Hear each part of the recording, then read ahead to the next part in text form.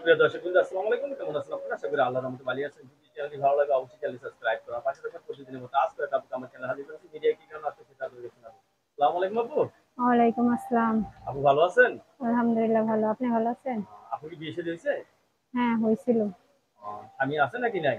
না, চলে গেছে। আমি চলে গেছে? আপনাকে রেখে? এত সুন্দর একটা মেয়ে মানুষ আপনাকে রেখে চলে গেছে? প্রেম করে বিয়ে করছিলেন নাকি? না, বাড়ি থেকে দিছে।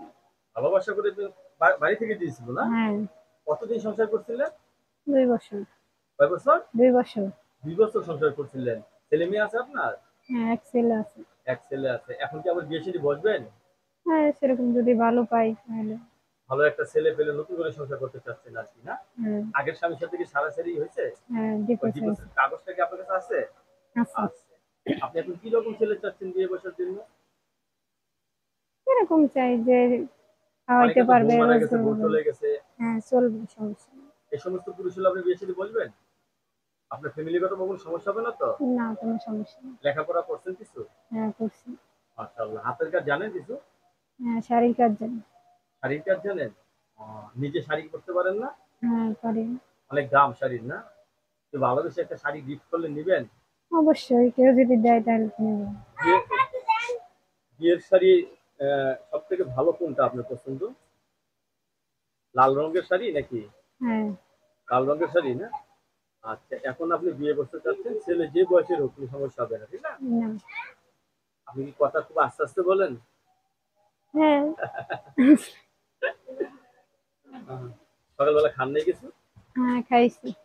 আপনি ঘুমান কয়টায়? ৮টা ৯টার দিকে। ৮টা ৯টা বেজে যায়। এমনি কোনো কাজ টাজ করেন বাসা বাড়িতে বা কোনো হাতের কাজ করেন? শাড়ির হ্যাঁ, কাজ করেন বললেন শাড়ির না? কাজ করি। সারাদিনে একটা শাড়ি শেষ করতে পারেন? হ্যাঁ, হয়।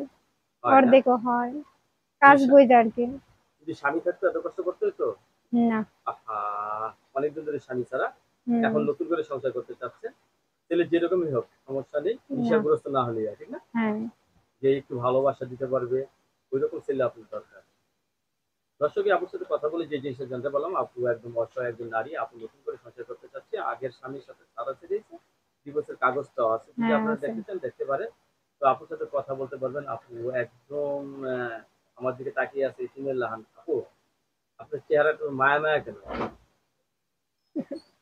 নাকি হাসতে টাসতে পারেন না? ও, এখন তো একটা হাসি দেন, এখন তো খুব হাসি দিচ্ছেন দেখা যায়। আসলে হাসি হলো মানুষের একটা মনের খোরাক, ঠিক না? হুম। দর্শক, আমি এতক্ষণ আপুর সাথে কথা বলেছি।